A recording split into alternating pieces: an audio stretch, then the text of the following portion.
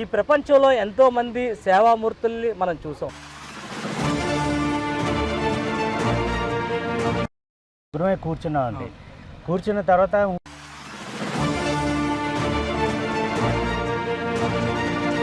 తాలూకా బాటలో నడవడం, mother Teresa అందరికీ నిరాశ్రయంగా ఇచ్చేసి వృద్ధులకు కూడా ఎంతో కొంత సేవ చెయ్యాలి.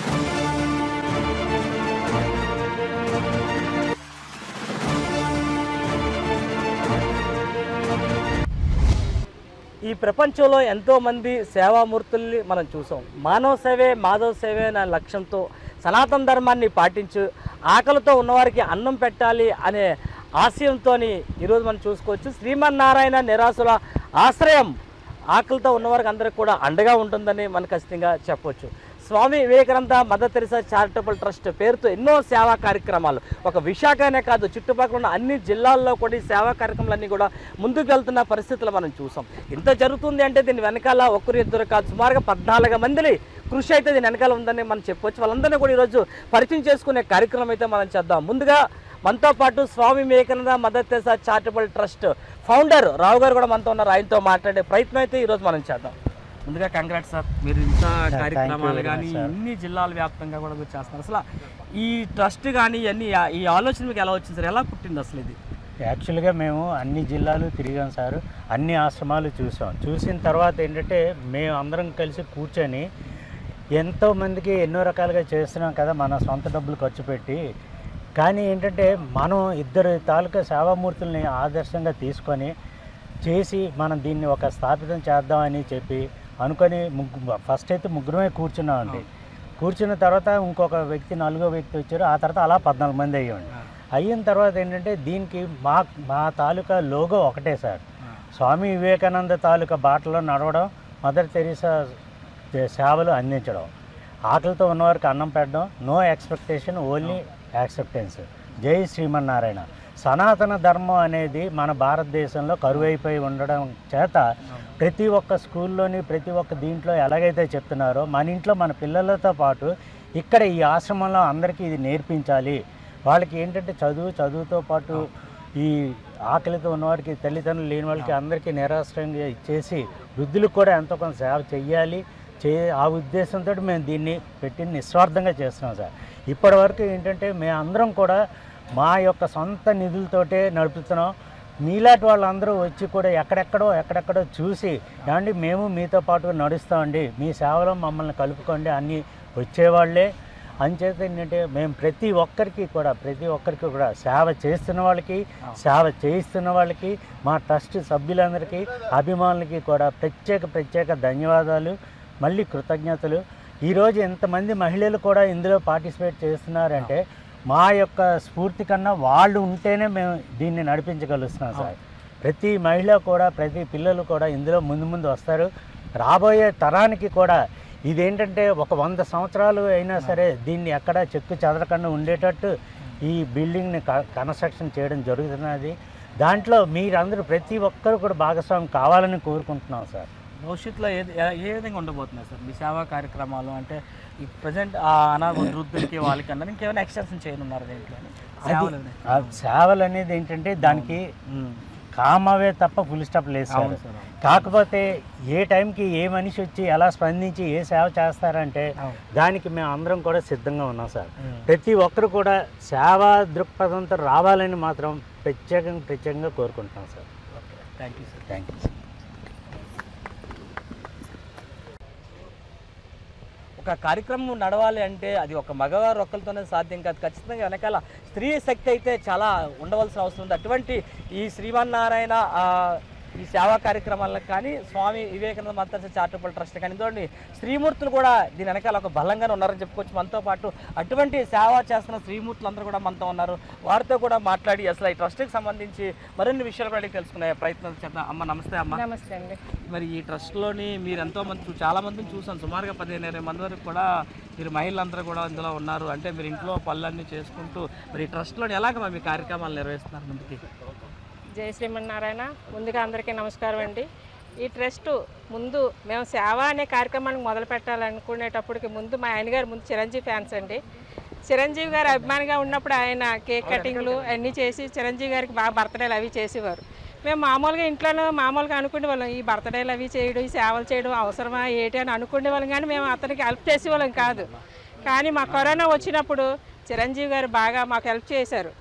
చిరంజీవి గారు బాగా హెల్ప్ చేసిన తర్వాత రావు గారు, ఆదినారాయణ రాజు గారు, బుజ్జి గారు వీళ్ళందరూ మాకు హాస్పిటల్ దగ్గరకు వచ్చి మేము మీకున్నాము అని దన్నుగా నిలబడ్డారు. నిలబడిన తర్వాత సార్ మేము ప్రతి కార్తీక మాసంలో 21 రోజులు ప్రతి ట్రస్ట్కి వెళ్ళి మేము భోజనాలు పెట్టేవాళ్ళం. అలా పెట్టితే అనుకునేవాళ్ళం, ఎందుకంటే ప్రతి ట్రస్ట్కి వెళ్ళి మనం భోజనాలు పెట్టే కన్నా మనమే ఒక ట్రస్ట్ నిర్మించి మనమే 10 మంది సాయం చేద్దాము, మనం అందరం ఒక ట్రస్ట్ అలా అనుకొని రావు గారు, బుజ్జి గారు వీళ్ళందరూ మేము ఒక్కరి వల్ల ఎప్పుడు ఏది ఒకటి అవ్వలేదండి. విత్తనం మనం ఒకటి వేసామంటే ఈరోజు మొక్క వచ్చింది, స్లాబ్ వరకు వచ్చింది, అది వృక్షం వరకు మనం కాపాడగలుగుతాం. వృక్షం అయిన తర్వాత దాన్ని ఎవరు చూస్తారని మనకి నో ఎక్స్పెక్టేషన్, ఓన్లీ ఎక్స్పెక్టేషన్. రాజుగారు చెప్పినట్టు మనం చేసే వరకే మన కర్తవ్యం, తర్వాత అది భగవంతుడు నడిపిస్తున్నాడు, మన చేతిలో ఏదీ లేదండి. సేవ అనే మనం సేవ వీళ్ళకే చేయాలని మేము అనుకోలేదు. మనకు కష్టం ఎవరు వచ్చినా, ఈరోజు బ్లడ్ లేదని వచ్చారనుకోండి అలా బ్లడ్ ఇప్పిస్తాం, అన్నం లేదని లేదండి అనుకోండి, మొన్న ఎవరో ఇల్లులు కాలిపోయాని వచ్చారు, వాళ్ళకి అన్నీ మా ట్రస్ట్ తరపునే రేషన్ ఇప్పించాం. ఎందుకంటే సేవ అంటే ప్రతి దాంట్లోనే మనకు సేవ ఉన్నది, కానీ మనకు ఒక స్థలం ఉండాలి, ఒక నిర్మాణం ఉండాలి. ఈ ట్రస్ట్ ద్వారా అందుకే మేము ఈ నిర్మాణం పెడుతున్నాం. సేవ చేసిన వాళ్ళందరూ మనకి లేడీస్ ఉన్నారు, వీళ్ళందరూ ఉన్నారు, వీళ్ళందరూ ఆడవాళ్ళందరూ మనం ఒకటి ఇప్పుడు వరలక్ష్మీదేవి పూజ శుక్రవారం ఉన్నది, కానీ ఆ పూజ సామాను ఊర్చుకోవడం అన్నీ చేసుకోవడం అనుకోకుండా మనం నిర్మాణం దగ్గరికి ఎందుకు వచ్చాము? ఎందుకంటే సేవ అని భావం మనకున్నది. మనం పూజ చేసుకుంటే మనమే సంతోషంగా ఉంటాం, ఇలాంటిది నిర్మిస్తే 10 మంది సంతోషంగా ఉంటారు. అందు గురించనే మేము ట్రస్ట్ నిర్మించాం. కానీ ఒక విషయం అండి, ఎస్కేఎల్ రావు గారు మిస్సెస్ రైల్వే డిపార్ట్మెంట్లో చేసి మొన్నే రిటైర్మెంట్ అయ్యారు. ఈవిడ సహకారం లేకపోతే రావు గారు ఏం చేయలేరు. బయటకు వచ్చి సేవ చేస్తున్నారంటే ఆవిడ ఎంత చేసి ఉండాలి. ఎందుకంటే రావు గారిని బుజ్జి గారు ఉదయం వెళ్ళిపోతే రాత్రికి వస్తారు, ఆవిడ సేవ చేస్తున్నారు. ప్రదీప్ అన్ని వాళ్ళ ఆవిడ అన్ని ఇప్పుడు ప్రదీప్ అన్ని రోజు రాము, ప్రదీప్ అన్ని మార్నింగ్ వచ్చి సాయంత్రం వరకు ఇక్కడ చూసుకొని చేస్తున్నారు. సేవ అన్నది మేము ఒక్కలమే చేయలేదండి, ప్రతి ఒక్కరూ ఇక్కడ సేవ చేస్తున్నాం. ఈ ట్రస్ట్ నిర్మాణం అప్పుడు 4 పిల్లర్స్గా బుజ్జి గారు, రావు గారు, ఆదినారాయణ రాజు గారు, మా స్వామి ఈ 4 నించున్నారు. ఈ 4 నించున్న తర్వాత మనకి ఆ రోజు మనం పాతగాజువాకలో మేము ట్రస్ట్ ఓపెన్ చేసాం. ఆ రోజు ఓపెన్ చేసిన తర్వాత వీళ్ళందరూ వచ్చారనమాట, మనతో 14 మంది డైరెక్టర్స్. వీళ్ళందరూ వచ్చి ఇందులోనూ ప్రదీప్ గారు, మోహన్ అన్నయ్య, మళ్ళీ వచ్చి కొంతమంది ఉన్నారు, వాళ్ళందరూ ఉన్నారు. కానీ ఇందులో డాక్టర్ సాయిభారతి ఆవిడ నేవీ డాక్టర్ అనమాట. ఆవిడ ప్రతీ నెల మన ట్రస్ట్కి 5,000 వేస్తున్నారు. నిజంగా ట్రస్ట్ ఓపెనింగ్ రోజు వచ్చారు ఆవిడ, అక్కడికి వచ్చారు, ఇక్కడ నిర్మాణానికి ఇంకా రాలేదు ఆవిడ. కానీ ప్రతీ నెల మన ట్రస్ట్కి అకౌంట్లోకి ప్రతీ నెల 5,000 వేస్తున్నారు. అలాంటి వాళ్ళు మనకి ఆదర్శంగా తీసుకోవాలి. ఎందుకంటే ఈరోజు ఒకరోజు వచ్చేసి ఈరోజు అయిపోయింది, ఈరోజు మనం మాట్లాడేసామని కాదు. మనం ట్రస్ట్ నిర్మాణం పూర్తి అయ్యే వరకు మనం అది నిర్మాణం అయిన తర్వాత మనం దాన్ని వదలాలి. ఎందుకంటే ఇది మనకు చిన్న పిల్లల టైపు, మన పిల్లలు మనం ఎలా పెంచుకుంటామో అలాగా మనం ఒక వృద్ధులకి ఒక పిల్లలకి ఆశ్రమం నిర్మించామంటే దాన్ని పూర్తి చేసే వరకు మనకి కష్టాలు ఉంటాయి. ప్రతి ఒక్కరికి ఫ్యామిలీలో కష్టాలు ఉంటాయి, కష్టాలు లేని ఫ్యామిలీ అంటూ లేదు. కానీ దయచేసి ఈ ట్రస్ట్ నిర్మాణం అయ్యే వరకు మనంతు మన వీళ్ళు 4 పిల్లర్స్గా నిలబడ్డారు, మనంతు మనం కొంచెమైనా సాయం చేసి మనం 10 మందికి ఉపయోగపడేటట్లు చేయాలనేది నా కోరిక.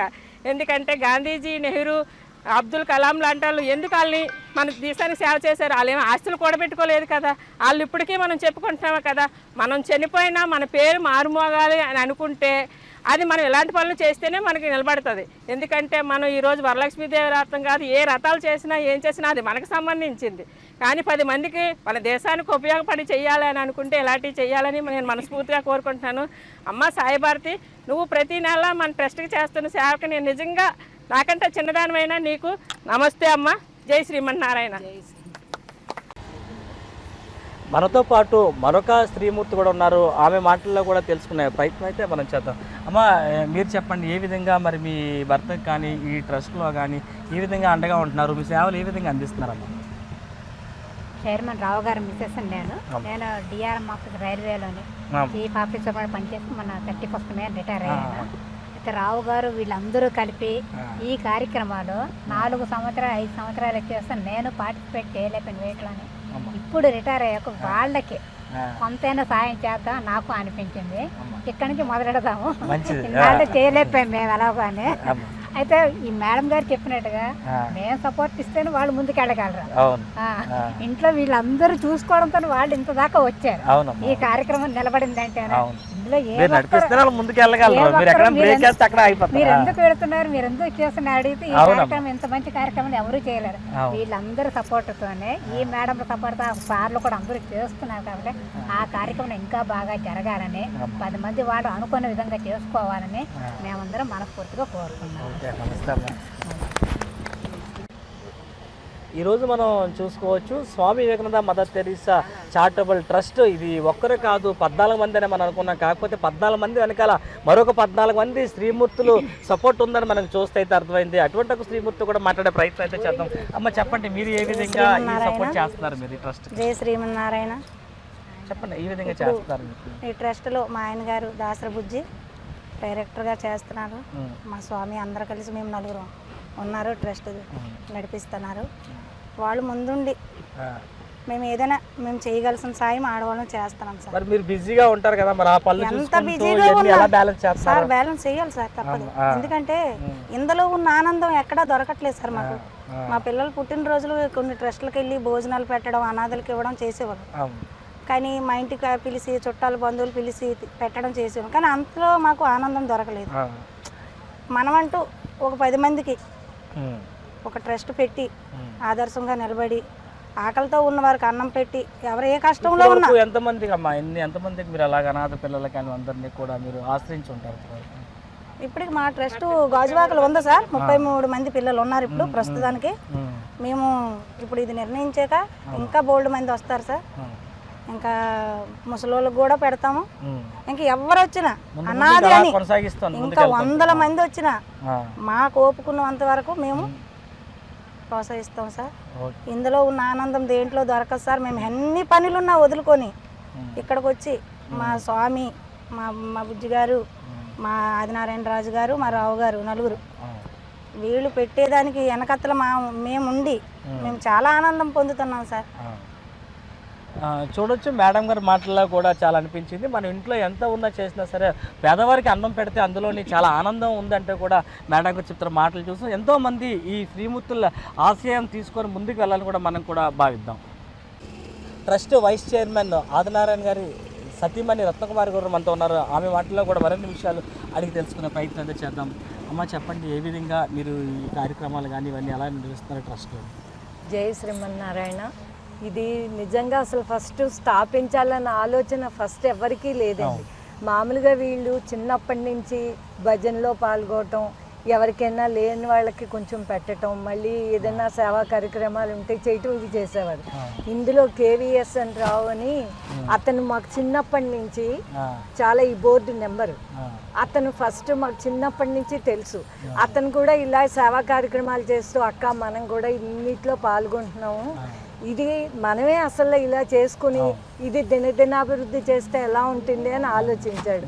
తమ్ముడు ఇది ఒకసారితో అయ్యేది కాదు, మనం కొంచెం అందరం కూర్చుని అందరి చేయూత వస్తే కానీ ఇది ఎదగటానికి కష్టం. అంటే అక్క మనం సాధించడానికి ఫస్ట్ ఒక స్టెప్ వేద్దాం అని చెప్పి అలా మొదలుపెట్టి ఇది దినదినాభివృద్ధి కింద ఈరోజు ఫస్ట్ స్లాబ్ దాకా వచ్చిందండి.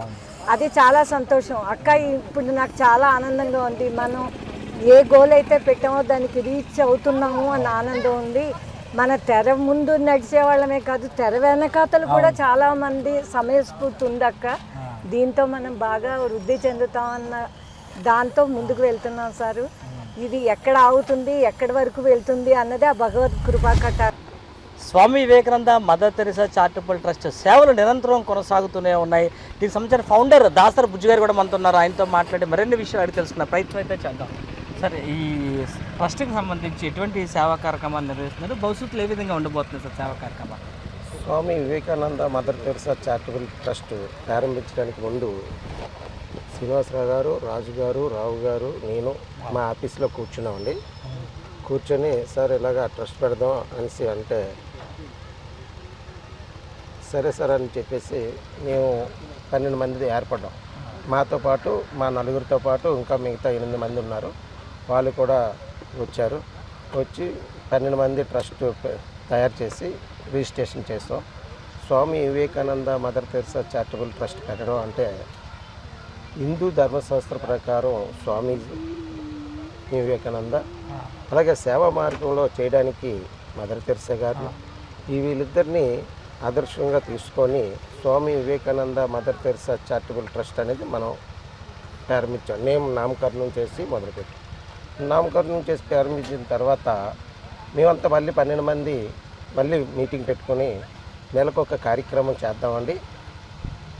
మనిషి 12 మంది 12 నెలలు చేయడానికని అనుకొని మొదలుపెట్టాం. ఆ తర్వాత అనుకోకుండా స్వామి విజయం ఎలా ఏ ముహూర్తాన్ని పెట్టాము కానీ రోజులు ప్రతిరోజు కూడా కార్యక్రమం అండి. మా కార్యక్రమాలు మా ట్రస్ట్లో పెట్టడానికి ఇంకా ప్లేస్ సరిపోక మిగతా వేరు కార్యక్రమాలు వేరు ట్రస్ట్లో పెట్టడం జరుగుతుంది. అదేవిధంగా ఆయన మళ్ళీ నలుగురు కూర్చొని సార్ ఇలా స్థలం చూద్దాం అనేసి అంటే స్థలం చూడడం మొదలుపెట్టేటప్పుడు ఇక్కడికి వచ్చి చూసాం. చూసిన రోజు తర్వాత డబ్బుల కోసం మాట్లాడుకోవాలి కదా, మళ్ళీ మాట్లాడుకునేటప్పుడు మళ్ళీ చూసి నేను ఏంటన్నానంటే ముందు సార్ నేను ఒక 2 లక్షలు ఇస్తాను, రావు గారు మీరు 2,50,000 ఇవ్వండి, చైర్మన్ కనుక మీరు రాజు గారికి 2 లక్షలు ఇవ్వండి, అలాగే శ్రీనివాసరావు గారు ₹1,00,000 ఇవ్వండి అని చెప్పేసి మనం చెప్పిన తర్వాత వాళ్ళు ఎవరు ఆ మాటకి వ్యతిరేకించలేదండి.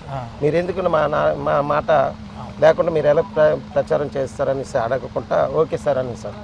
అలాగే తర్వాత మనిషి మేమే మా సొంత డబ్బులతోనే ఈ స్థలం కొనడం మొదలుపెట్టాం. అలాగే ఇప్పటి వరకు స్లాబ్ వేయడానికి ఇప్పటి వరకు వచ్చామండి. ఈ మిగతా చిన్న డొనేషన్లు రావటం అవి కూడా దాంట్లోనే పెడుతున్నాం. మాతో పాటు ఇంకొక 10 మంది యాడ్ అయ్యారు. ఇప్పుడు మేము 9 కాకుండా ఇంకో 10 మంది యాడ్ అయ్యి ఇందులో ఒక్కొక్కటి చేస్తున్నామండి. ఇలా ప్రతిరోజు కూడా కార్యక్రమాలు చేస్తూనే ఉన్నాం. ఇంకా ముందు కూడా ఇంకా అనేకమైనటువంటి కార్యక్రమాలు చేస్తాం. ఇది స్కూలు పిల్లలకి తల్లిదండ్రులు లేని పిల్లలకి మేము చేర్చుకొని వాళ్ళకి స్కూల్ 1వ తరగతి నుండి 5వ తరగతి వరకు స్కూల్ పెట్టి దాని ద్వారా వాళ్ళకి 3 పూట్ల భోజనం అన్నీ మనమే పెట్టి వాళ్ళకి ప్రయోజకులను చేయాలని, ఆ తర్వాత కూడా మా తర్వాత మేము చనిపోయిన తర్వాత కూడా వాళ్ళు ఉండాలని ఈ యొక్క ఏర్పాటు చేసామండి.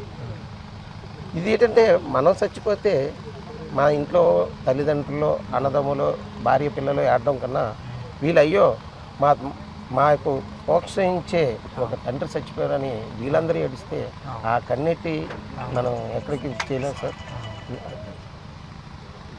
ఏ విధంగా ఉందంటే భవిష్యత్తు కార్యక్రమాలు కానీ ఇవన్నీ ఏ విధంగా ముందుకు తీసుకెళ్ళాలి? భవిష్యత్తులో ఇది పిల్లలు అన్ని తల్లిదండ్రులు కూడా వృద్ధులు అయ్యేటప్పుడు వాళ్ళకి కూడా చేర్చుకుంటామండి. ముందు పిల్లలకు పెరిగించిన తర్వాత పెద్దలకు కూడా చేస్తామండి. వీళ్ళు ఎలా గ్యాదర్ చేస్తారు సార్ ఇంతమంది?